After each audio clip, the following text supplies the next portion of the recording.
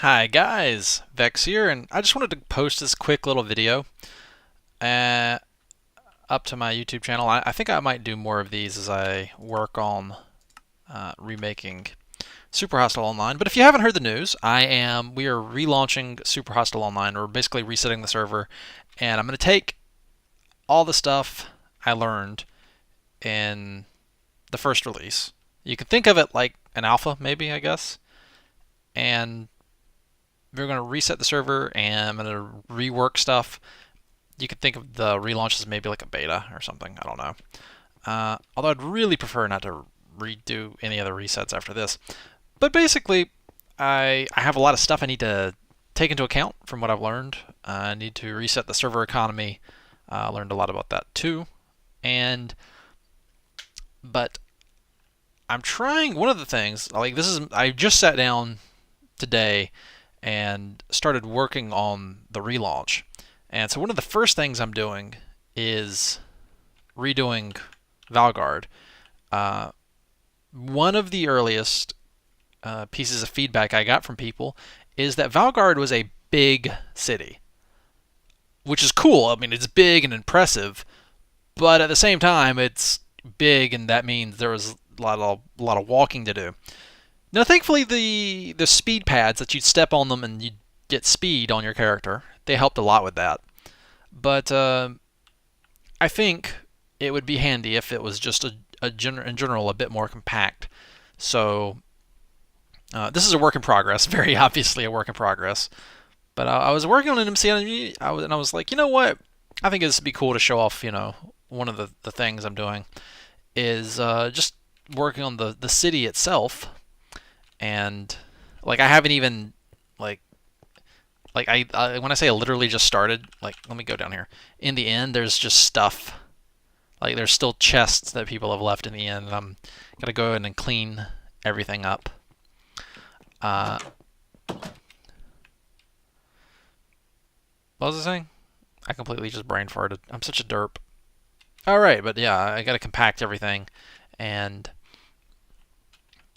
I think I'm gonna have like some actual terrain here instead of just floating in the air. So that'll be cool.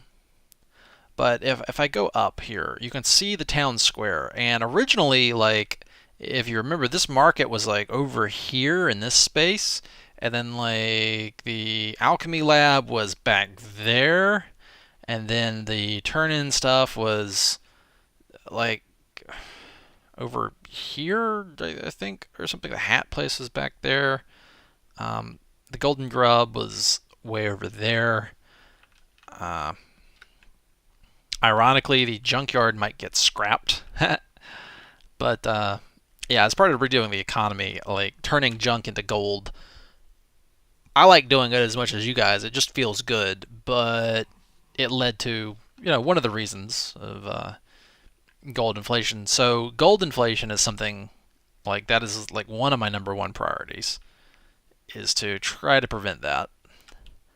Now there will be some like I don't think you can just stop it completely unless I went to using XP as currency, and then each player has their own XP bar that doesn't, and then just get rid of the bottles completely, and then each player would just have their own like XP bank to use as currency. But that's I don't know, that's hoopty, and I like gold ingots and bars as currency because I mean that makes sense. You like gold, that's your currency.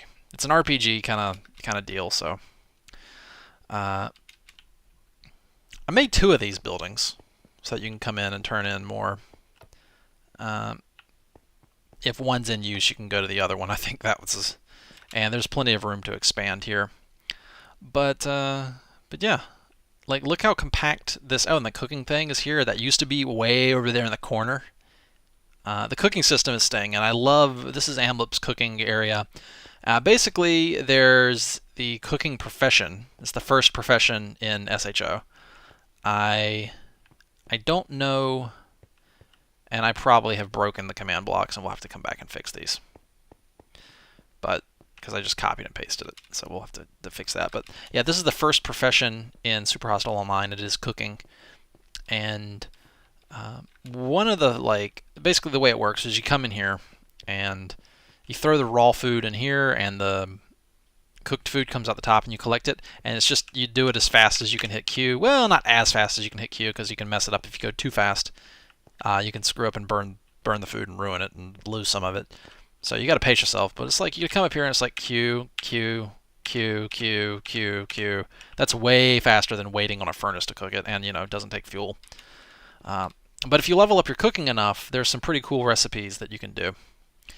We're thinking about the final one being you can take rotten flesh and turn it into something. Either it's not going to be beef or pork. That's way too strong. We're probably deciding between either cookies or rabbit meat. Because if you go in the wiki and you sort by effective quality, rabbit meat is literally identical in stats to bread in every way. And then the cookie, if the rabbit meat is too overpowered, then we would do probably cookies and rename the cookies to like mystery meat patty or something like that. And that's, that'd be a good use for rotten flesh. As a reward, you can turn it into halfway decent food.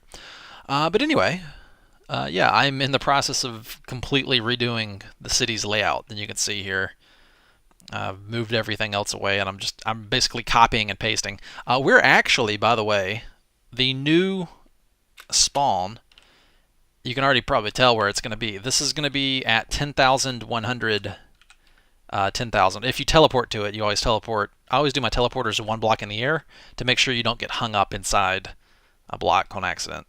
So, yeah, you will teleport to 10,100, 10,000 for this. The old one is at 100. The old one was at 1,100, 1,000. The reason I've done this is I want to have stuff all around the city of Valgarde, as opposed to just out the east gate, so that there's more stuff to explore. I might scrap that idea. As I said, work in progress, But this will let me put stuff all around the city, and I didn't want to risk working in. There's one thing in Minecraft that just bugs me, and it is working in negative numbers in the coordinates. Like having to type in the negatives is just screw all of that. So basically, when I started this, I was like, okay, head to the southwest a few thousand blocks, and then start there, and that'll keep you from having to work in negative numbers. As a map maker, I find it just endlessly convenient, and my mods have thanked me on several occasions for that as well, because it means they don't have to type in, like, worry about negative coordinates when they're teleporting around and stuff. Everything is just a positive integer. I find it just super helpful.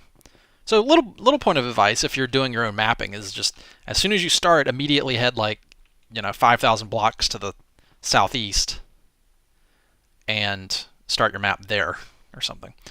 But yeah, I'm actually putting some buildings in this white area that I had reserved, like this restaurant, and then I love the golden grub. It's so nice. It's the grub, yeah. And then Amlip's cooking station. This is probably going to be some other stuff coming in here as well. But just look at this. Look how much more compact this is to access all those things that you guys wanted to get to. Yeah, I like that new layout. And then there's going to be the player housing and the guild halls are going to be around that. But now, what I'm going to do with that is, as far as the player housing goes, you're going to have like a neighborhood. From the outside, it's going to look like a neighborhood. And you're going to go up to it and hit a command block that says, enter this residential zone or this neighborhood or this whatever zone. And you're going to enter it, and it's going to actually teleport you way far the hell away into an area where I can just have tons of space to expand. And there won't be an issue of having limited space inside the city anymore. Because it's basically, if you want to think about it, it's kind of like having instanced housing zones. So there could be, it's basically going to be like, inside the actual city is basically a mock-up of a neighborhood. And you go up to it, and there may be in the future several command blocks. Like you could have, I could nickname a neighborhood, I could call the neighborhood the Golden Jungle, as an example. So you go up to the Golden Jungle neighborhood entrance, and from the outside you see like a wall, and there's some trees and some mocked up apartments or whatever that's in there. and and then there's several. There could be several command blocks, and one's like Golden Jungle, Plaza 1, Plaza 2, Plaza 3, 4, 5, 6. Uh, just as an example, and you can go into one of those. If one of them filled up, I could make a copy of it and name it number 2, number 3, number 4, and I could just do that like to not infinity, but I could have like 10 of the damn things, and we're never gonna have to worry about housing space again, like ever. I can just generate as much housing as you guys want, so that's pretty cool. To make things life easier on my moderators, we're gonna have when you buy a property, you're gonna get a tag on your player. Tags are like the best thing ever, and it's how a lot of these systems in the game are based. Like, for example, the alchemy recipes. I'm going to be redoing those. I don't like their current implementation. That's one more item on the very long list I have. I actually read your feedback that you wrote on the forums, and I got superhostile.net is my website if you want to go on the forums there and post your ideas and feedback and stuff. But yeah, I have like 3 pages of like notebook paper with handwritten notes from all the feedback you guys wrote down. I did read every single word of it, even in the giant. Like some of you guys left me like giant novels of feedback. I've read all of it. So even if I haven't responded individually to each piece of feedback, I have read all of it, I assure you. But yeah, I have a pretty long list of changes. The really important thing of those is the economy and the progression. And I have a roadmap of I actually have several Google document like spreadsheet things where I have like all the things to add to the game and like in what order, and what loot is going to be there. That's all mapped out and stuff like that. And so it's a lot more structured, and I have everything more organized or written down. So I'm really excited about this, and I hope you guys. I don't know how long the relaunch is going to take. So, but the great news is that the Vechs Vanilla or the Vexilla server is up. So, and Zealous Quiche is running that for me as the head mod over there. So shout out to her. It's great. So you can play on that to tide you over, and I'm sure a lot of people might even prefer that because that's just the more vanilla experience of Minecraft and whatnot, and it's a really cool server. So while you wait, you can play over there, and this I'm trying to shoot for like maybe a month, but I'm not gonna rush it. I'm going to take my time and get everything right. So if it takes longer than that, then so be it. I think you guys want something polished rather than something rushed out, and that's what I'm going to do. So yeah. Anyway, I think that's about it. I just wanted to show off. Like this is like my first hour or 2 of working on the SHO relaunch. I have just started, and I have a lot of stuff to do, but my first step was basically starting over from scratch in the city and picking out one thing at a time and re-adding it to the city center, being like, okay, let's start with the city center, then what? Well, let's take this building, that building, and put it here, and just reorganize everything. So that's what I'm working on. All right, thank you guys very much for watching. Until next time, as always, take it easy.